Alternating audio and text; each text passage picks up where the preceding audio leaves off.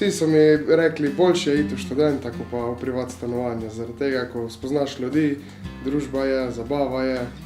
Res nudi vse, kar študent rabi. Glasbeno sobo, fitness, sobo za ping-pong.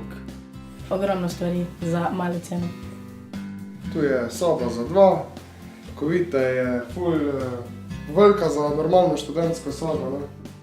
To je cimer moj, ko sem ga tudi zraven sobe dolgo. Ne? Dobra stvar v študentu je tudi ta, da imamo dvigala in ne rabimo nositi težkih kovčkov po stopnicah. Mi da sva študenta medicine in sva dobila v študentskih domovih tako sobo apartmajskega tipa za pare. V apartmaju imamo tudi svojo kopalnico, vsak dobi svojo omarico, v kateri je dovolj prostora za vse stvari.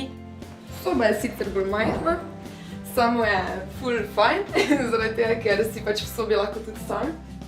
Postelje so zelo udobne, plac je komod za dva, lahko tudi 3, če hočete. Kuhna je svetovna, dovolj velika za vse.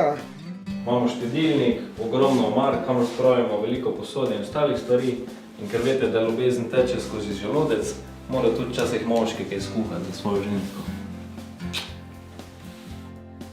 Ena od najbolj kul stvari, ki sem jih tukaj videla, je bila tudi to, da ima vsak od nas svoj hladilnik. A boste vi tudi kavico? Čim bolj poskušamo pač odpadke ločevati, vsaj papir, steklo pa biološke odpadke nekako. No, poleg tega imamo v študentu tudi ful hitro internetno povezavo, kar je ful fajn. Dobili smo tudi lučke, pa velike pisalne mize, lahko tudi peremo perilo v pralnici. V študentskih domovih so varnostniki oziroma receptorji 24 ur na dan, tako da je za varnost zelo dobro poskrbljeno. Fajn je, da mi študentski dom nudi to možnost, da lahko slikam in ustvarjam. Res rabim mir, da to lepo v miru naredim. Ja, včasih se sliši kakšna žurka, ampak nič kaj veliko, no. Je kar mirno tukaj, no.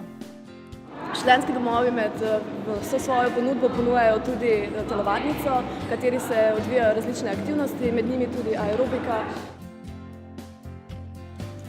Dober dan, zdaj smo pa v garaži 13. doma. Kot vidite, nam tudi za garažo poskrbijo.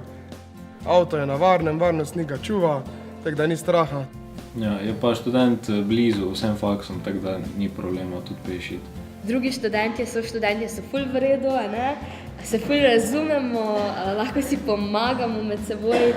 Vsaj naš tale štuk, ko smo si res vsi, kako bi rekel, kot družina bi lahko skoraj rekel. Odkar sem tukaj, sploh ne uporabljam več Facebooka, kot sem ga prej.